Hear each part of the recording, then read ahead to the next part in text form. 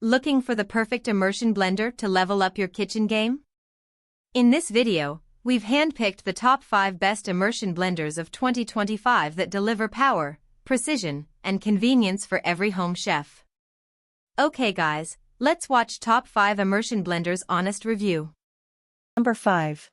Breville Control Grip Immersion Blender. When I tested the Breville Control Grip, I found it to be very powerful, but the main reason I awarded it best in class is that it allows for subtle changes between 15 speeds, the most of any on this list.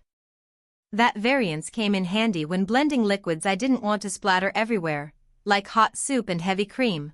I was able to start low and gradually move up. The distinction also means it's very easy to control.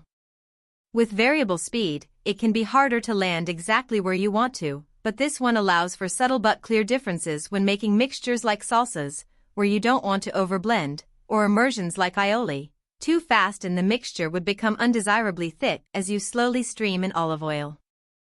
I also found the handle to be very comfortable.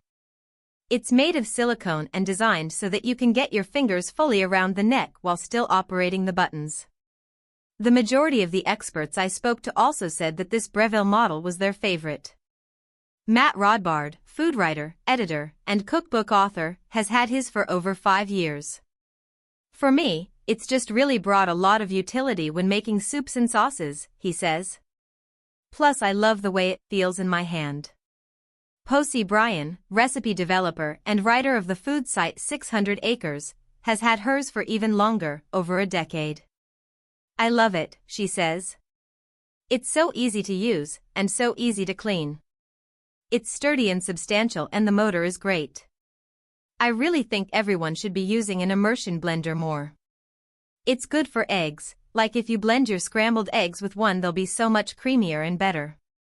It's good for smoothies. It's good for sauces of any kind, really. And no matter what you're doing, it shouldn't damage the bottom of any pots or pans or bowls. It has a rubberized lip so that it doesn't scratch, food writer and editor Elise Whitney says. Plus, there are all the attachments. You can use the blender function to puree pumpkin or smooth out a custard for a cream pie, then swap it out for the whisk attachment to whip up some cream to top it with, says Petra Paredes, owner of and baker at Petty's Pie Company in Brooklyn and author of Pie for Everyone. It has a cup attachment that lets you use it as a regular blender, too, so it can replace multiple tools that would otherwise take a lot of space. Number 4. Cuisinart Smart Stick Variable Speed Hand Blender. The Cuisinart Smart Stick's standout feature is an incredibly smooth variable speed dial that takes the machine from low to high. In my own testing, I was able to shift seamlessly between the high and low points. Making subtle adjustments in either direction when necessary isn't quite as easy as it is with the more expensive Breville above, but it's certainly doable. I managed to never slip too far in either direction, which is especially important when blending hot soup or whisking something like heavy cream, where increasing speed gradually prevents splatter. Chef and author Virginia Willis, who had an older model Cuisinart Immersion Blender for 15 years and replaced it with this one a few years ago, can attest to that, too. If you're making something like refried beans, it's easy to control going partway blended instead of full, she says. And strategist senior editor Simone Kitchens says even the lowest speed was enough to puree vegetables for her baby, either fully or with some texture depending on how long she let the motor run. The Smart Stick is intuitive to set up. The blending blade, whisk, and chopper bowl lock securely into the motor with a simple twist and unlock at the press of a button.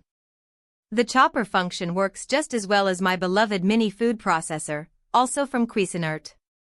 Though the bowl fits only 2 cups instead of 3, which means I won't use it to make foods that take up more space, like pesto, I do find it easier to clean because of fewer nooks and crannies, reason enough to make it my go-to tool for smaller volume sauces.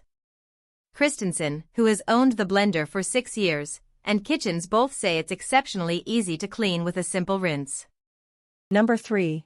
Vitamix Immersion Blender. As you might expect, I have a lot of kitchen appliances, so I appreciate streamlined ones, like this Vitamix Immersion Blender that doesn't come with any additional attachments. It also just works supremely well. The brand is the gold standard when it comes to full-size blenders, and the handheld version feels nearly as powerful.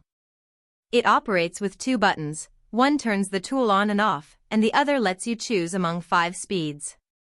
The lowest couple work great when I'm blending something like aioli, which I don't want to get too thick too quickly.